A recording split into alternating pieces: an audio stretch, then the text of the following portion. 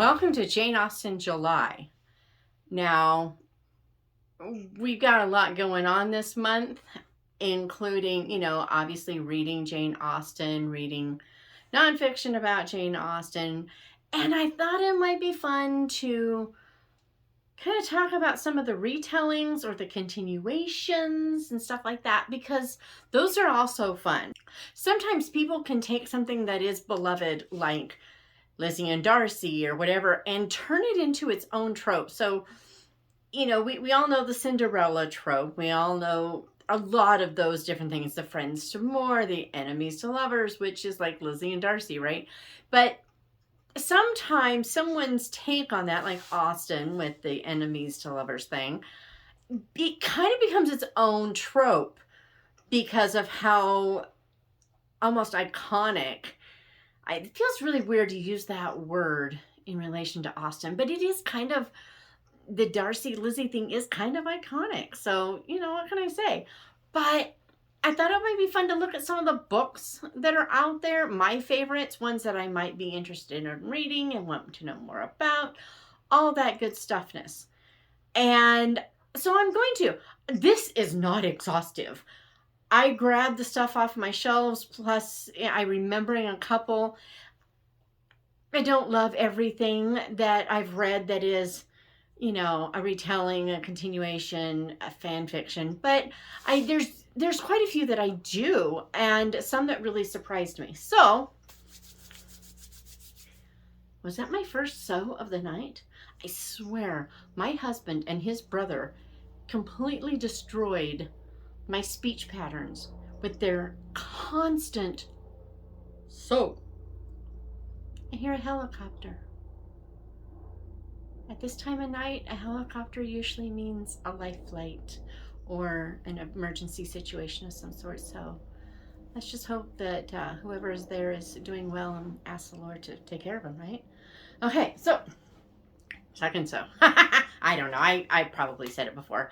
Let's start with some books. These are in no particular order, except I think I'm going to try to do the ones I don't have copies of with me. I've either loaned them out, or I don't own them anymore, or never owned them. That doesn't make sense. How could I have read it if I never owned them? Clearly that's not one. Just that kind of fun stuff. Let's start with authors and then move to general. Maybe. We'll see. Sticking with historical, we have authors like Laura Hile. Laura Hile is hilarious. She's a lot of fun. She's been on Because Fiction podcast. We've chatted about, I think it was So This Is Love. I think that was that book, which I have. We talked about, I'm pretty sure it was this one. So This Is Love. And this is a little bit of a swashbuckling romp with Charlotte Lucas. In this one, she gives Charlotte Lucas a happy ending. And basically what she does is, I love when Laura talks about Mr. Collins, she doesn't just say Mr. She always does the Mr. Collins, but she does it so well. I mean, it's a hoot to listen to Laura. So, but she does, hey, Laura did the sew. No, she does something really fun in this one, in that Mr. Collins blows it. He gets a little too excited about the idea of being married, and she does it very discreetly. This is appropriate. It is fiction written by a Christian with a strong Christian worldview and a Christian, what you would have seen at the time in fiction regarding faith, whatever, is what you would probably find in hers. This one, so it's clean, but he makes the mistake of, let's just say he's not appropriate. And let's go there. Nothing horrific, but he's not appropriate. She calls it off and runs away. And then this story takes place. And it is It's so nice to give Charlotte Lucas a much happier ending. I just have to say, it really, really is. This was just a lot of fun. But Laura Hile's books tend to be funny. She did one, oh man, I can't remember the name of it. She did one, no, Sir Walter Takes a Wife. That's the name of it. And basically he decides he needs a wife and ends up going after Lady Catherine de Bourgh. It's a hoot. And there's also something about Sir Walter and basically his rules of civility, if you will. I tell you, Laura's a hoot, but she also writes some really kind of deep stuff. Her Mercy's Embrace, which I don't have, I sent it to my daughter so she could read it, so I don't have my copies. Her Mercy's Embrace series, it's 3 books. Oh, I almost forgot one of hers. Got to talk about that one. Anyway, see what I mean? I love Laura. In that series, it's about Elizabeth Elliot, you know, Anne's diabolical sister, if you will. And she's the heroine. It's really cool because she gives Elizabeth, she makes her a sympathetic character. She gives her a redemptive arc. And yet she doesn't change her from Elizabeth to Anne or from Elizabeth to Mary. She's still Elizabeth. And there's you know, this McGilvery character who is just, I can't say enough fun stuff about it. They're one of my all-time favorite series, period. But mostly because how well she took a character like Elizabeth Elliot, kept her the same person, and yet grew her, as well as gave her a redemptive arc as well, without, again, changing. She's still Elizabeth. She's still kind of snooty. She's still kind of, but she learns as well. Genius. And then there's Darcy by Any Other Name. And that sucker is a tome. It's a brick. It is thick, and you don't feel like it, or I certainly didn't, while you're reading it. You just keep turning. Basically, picture Freaky Friday, Regency period, Darcy and Collins. It's hilarious. It's brilliantly done. You see how it could happen. You see the mess that they're getting into. You see Elizabeth not understanding why suddenly Mr. Collins isn't so bad. I'm telling you, it's a hoot. I really can't say much more than that because you don't want to give away. And I feel like doing a lot of talking about that one would definitely have a lot of spoilers. But it's a riot, and I love it. So there's that. Then we're going to stick with historical. So I guess we'll go to Barbara Cornthwaite. Now, coming soon, I will have Cozy Mysteries and Christian Fiction, and Barbara Cornthwaite will be mentioned. However, do I do it? Do I do it?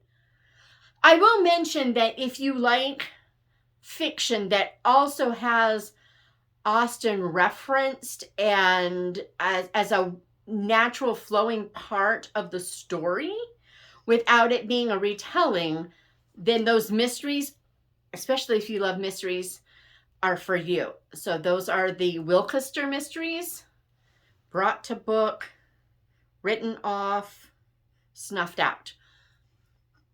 Just really, really fun, but I'll get about those later. But if you want something that's just a little, you don't really want a retelling, you don't want someone messing with Austen's characters, great, go read those instead. So there's that. That's kind of what is great about contemporary ones. You're really not messing with Austen's characters so much, which is kind of cool. All right, I watched, the very first Emma I watched was the one with Kate Beckinsale. Hated it. Did not like the movie, didn't like the story. There was absolutely, forgive me, nothing to recommend it. I did not enjoy it. And so I was done. I was like, nope. And I just kind of pushed it aside. Then the Miramax version came out, and I wasn't going to watch it because A, I didn't like the first one, and B, Miramax had completely, in my opinion, and I don't know which one came out first. I'd already seen the Miramax Mansfield Park, and I was so appalled by what they did with that. When I realized, or it came out, I don't know which happened, when Miramax's Emma was presented to me as something to watch, let's go with that, I was like, no, But then I watched it eventually. I don't recall why. Loved it. I really did. I mean, it's not that it's perfect, but it kept a tone, and I liked the movie. Still thought Emma was a snot, but also an understandable snot. But I didn't see what Darcy saw in her. I think the one with Romola, what's her face, starts with a G, and Johnny Lee did a better job of showing that than any of them. But it missed a few things. So you didn't ask for my opinion on Austen adaptations? Well, I'm giving them anyway. The Miramax did a much better job with the lighthearted sparring between them in many ways. I like their Miss Bates much better. I'm sorry, but we have not stopped talking about it since, because it kept us speechless. Yeah. And I mean, my family to this day, you hand over a napkin, it's like, napkin, sorry, because it's just part of our family culture now because it was so brilliant. But barring all of that, I could have just let all that go because it's none of that's super important. Badly done, Emma. Jeremy Northam nailed it a million times better than Johnny Lee. That's my not so humble opinion. Johnny Lee in a lot of ways nailed Knightley better, but that scene, Northam definitely. But I still didn't quite get why Knightley loved Emma. I don't see what he sees in her. And then I read Barbara Cornthwaite's George Knightley Esquire. There are 2 of these books that kind of make a whole. The original publisher did them in 2 separate volumes. And so when she got her rights back, or whatever the reason was, she did the same thing. But you really do need both books. You don't get the whole story with one. So there's that. A lot of people don't like it, but I think they're in Kindle Unlimited. So, just saying. But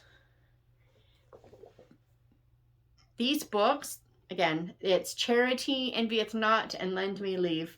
These books made me see what Knightley saw in Emma. Because what they are is the entire Emma story told from Knightley's perspective. So you get what he thinks of her. You get when he sees things, when he understands her in a way that we can't. And part of it, I think the original readers of the day might have understood better than I do as, a 21st century American, as opposed to early 19th century England, very different from 21st century America, right? So there's always the possibility that that's a significant portion, except that Austen herself said she didn't think anyone but she would like the book, which, fun story, Emma is the book that Barbara Cornthwaite fell in love with, I think while she was traveling through England or Ireland or someplace. I think she bought it while she was traveling, an old copy. Don't quote me on that though. But yeah, but I know Emma it's her favorite. And it's and actually in one of her Victorian novels, A Fine Young Lady, the young woman in that book is enamored with Emma. So I thought that was kind of fun. But anyway, this series, awesome. It's just 2 books, so it's a duology. It's not really a series. But I kind of learned to stop shaking books. Anyway, Barbara Cornthwaite, George Knightley Esquire. If you want to see Emma from a new perspective, I really want to do the same thing with Mansfield Park. But it would just be for my own personal thing, so why do it, right? But, Yeah, anywho. Then she came out with, a year or two ago, Much Ado About Persuasion, where she mashes up Persuasion and Shakespeare's Much Ado About Nothing. And in this one, Sir Walter Elliot is enamored with the Navy and feels so bad for them because they missed his wonderful contributions. He feels obligated to be kind of a benefactor. So it's a fun little twist. Laura Hile puts it really well about Barbara's writing. Laura says that if Barbara wrote a shopping list, she would read it. And I agree. I love Barbara's writing. She's funny. She's clever. She writes like Austen, but without a heavy hand. So more on the lines of Pride and Prejudice and less in the lines of, say, Mansfield might be one of the heavier ones. I don't know. But Barbara's brilliant. And I think everybody should read Barbara.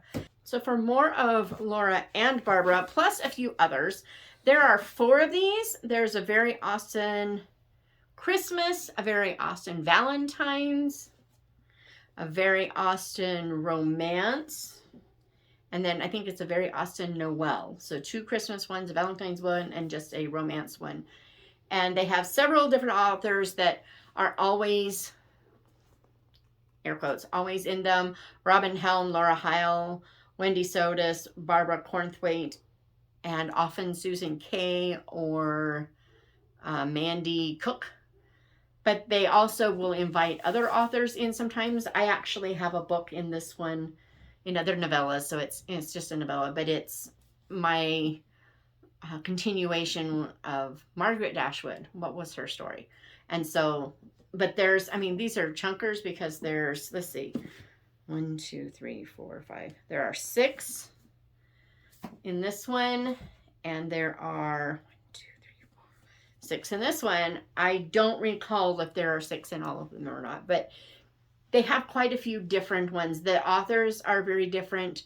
Most of them are pretty good at sticking to convention of the time. Their writing styles are not always super close to at the time, but they are pretty accessible.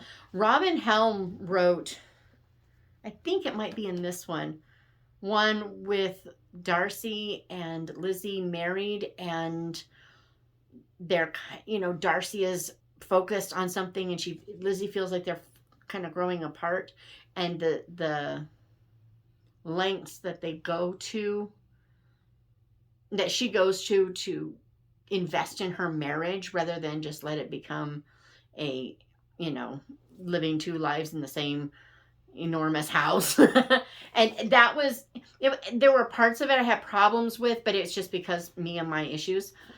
But the story was really valuable, and I think new wives especially ought to read that thing, and maybe those of us who've been married for a long time should too.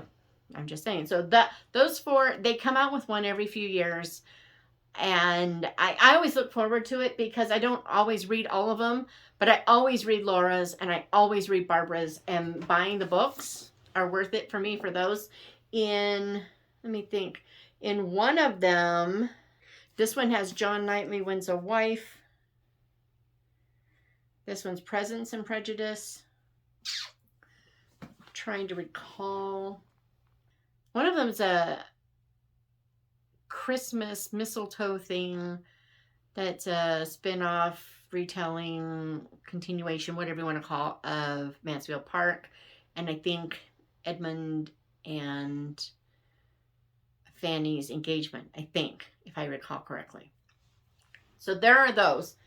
Then there is The Other Bennet Sister by someone. I'll put the book up here and then you can read the name because I can't recall, and I should have looked it up, but I didn't. That book, guys, I started off, I'm going to say the first 10 chapters, I would have said could have just been cut, because it felt like you're just giving us Pride and Prejudice all over again. We know this stuff. Why are you doing this? And then I realized, no, this is actually genius because it's not just a rehash. We are getting it from Mary's perspective. However, it's also, the author made a really smart choice. She said, I'm not going to assume anyone has read the series. I'm going into it. You're getting Mary's story, regardless of what you may or may not know about the family story. And I thought that was actually pretty brilliant. So this is about Mary Bennet, the studious, bookish, a little self-righteous Mary, and not just why she became who she became, through that story, through Pride and Prejudice, but also what she might have become later and how. And the story kind of goes through and it tells the author kept it clean. I listened to it on audio. I have the physical copy somewhere. I think I loaned it to my daughter, but I listened to it. I do not recall any foul words or irreverent uses of God's name.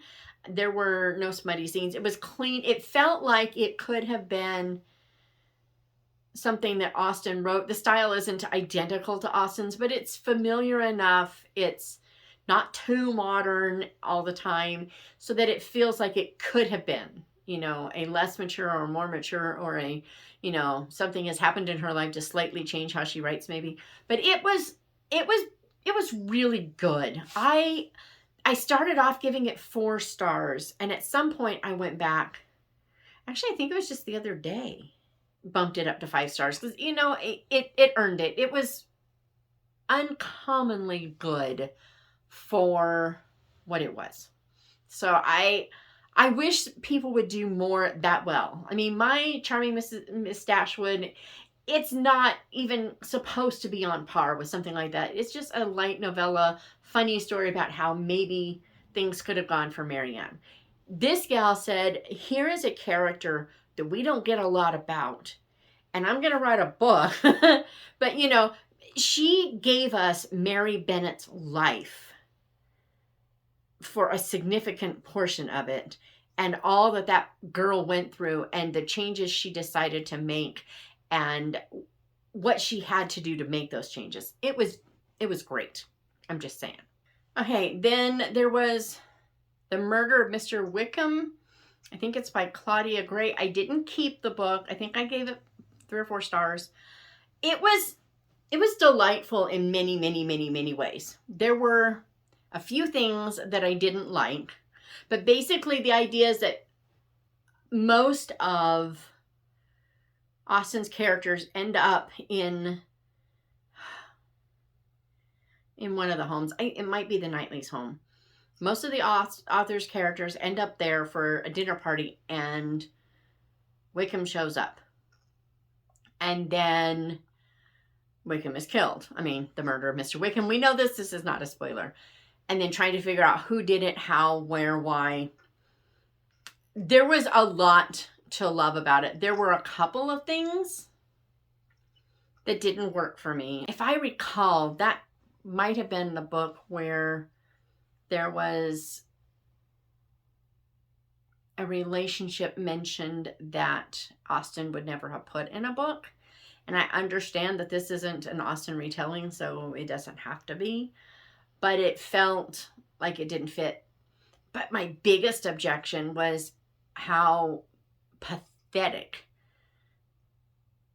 the author made Fanny Price / Bertram.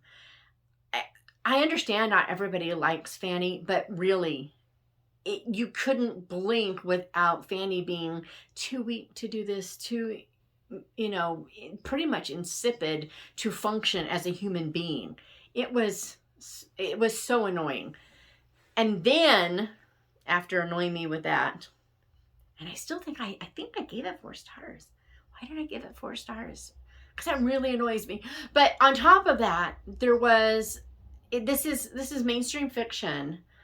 Obviously, God is a part of the Austen world. So it's not that I'm surprised that God would be in there. But there was a theological thing that came in, and it became preachy about the theological thing. And I was like, this is a murder mystery. Can we not do with the preaching? It really bothered me. But there were, the Darcy son, Jonathan. Gosh, I feel like the girl's name was, started with a J2, Josephine? Can't remember her name. But one of either friends or nieces or somebody of someone was also there. Jonathan is, I think we would say he's on the spectrum today, which is kind of cool. And they end up doing a lot to try to figure out this murder together. And I feel like if the series continues with them, I'm going to really like it. I'm going to read the next one and we'll see what happens. Especially if they're in it and if we don't end up with more of the preachy. And seriously, please, I hope this author just leaves Fanny out. If I understand not everybody likes it, but man, I hate to have her turned into somebody that Austen didn't write. That just really... Anywho, so there was that one. And then we have some contemporaries. The first one that I read, contemporary, that I liked was Dear Mr. Knightley. Now, this isn't just Emma in contemporary times. This is a mashup of Emma and Daddy Longlegs by Jean Webster, which is one of my all-time favorite books. And I would even say it's heavier on the Daddy Longlegs than the Emma. But there are things, and I really did enjoy it. It was funny. It's epistolary. I mean, come on, because epistolary. I want to reread it again because I liked it so much. And I just haven't in a while. So this is Catherine Ray. She's written some other books that I really, really, really love. The Printed Letter Bookshop, just for one. And I just realized I don't think I've ever read Literature and Lattes, which I think is book 2. I think I should read that. Anywho, but yeah, Dear Mr. Knightley. She wrote the London House too. I really like that. But Dear Mr. Knightley, definitely if you're looking for contemporary.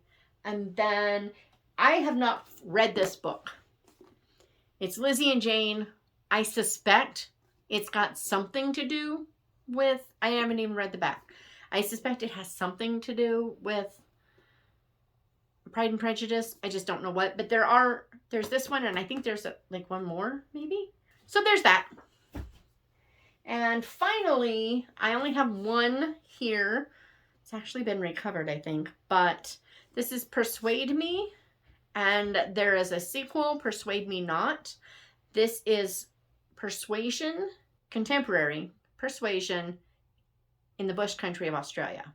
And it's written by a gal who grew up on cattle stations in Australia's bush country. Joanne Markey, actually her husband is my illustrator for my Bookstream series and for the Ever After Mystery series. Just saying, he's great. So she wrote the whole persuasion thing, basically. And then I think book 2 might be about Elizabeth. So this would be Anne's story, and I think Persuade Me Not would be Elizabeth's. But I have not read this book from cover to cover. I've only read, you know, a chunk here and then a chunk here, and then I go back here and I read this chunk here during the publication process. So I haven't read it from front to back, so I need to do that. I also need to get book 2, because book 2.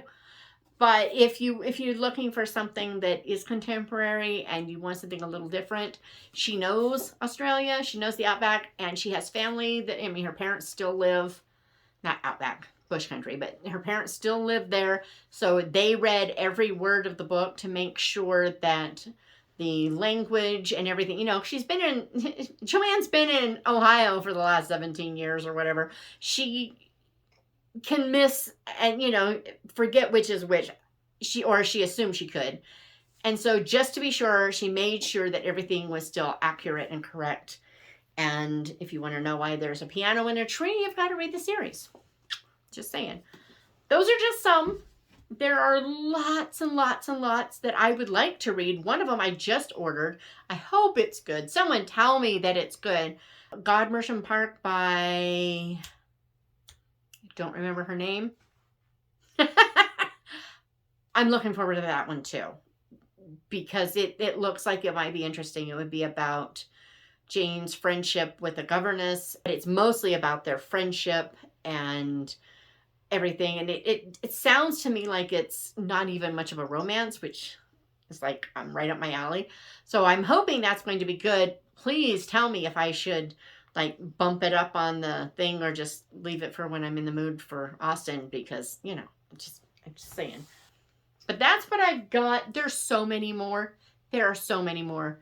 But I thought it would be fun to do this while I'm in the middle of all my other stuff. And that video will have to be separate because this is too long. Surprise, surprise. So there'll be 2 Jane Austen Julys, one for this, one for the making of my journal.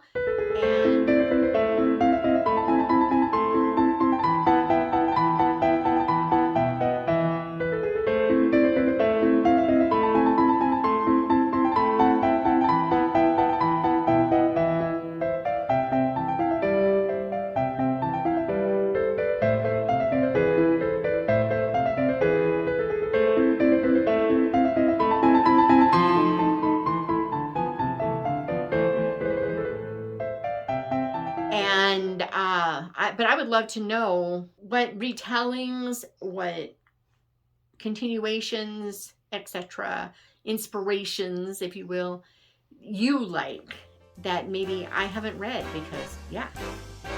So, happy Jane Austen July, and I will see you again next time.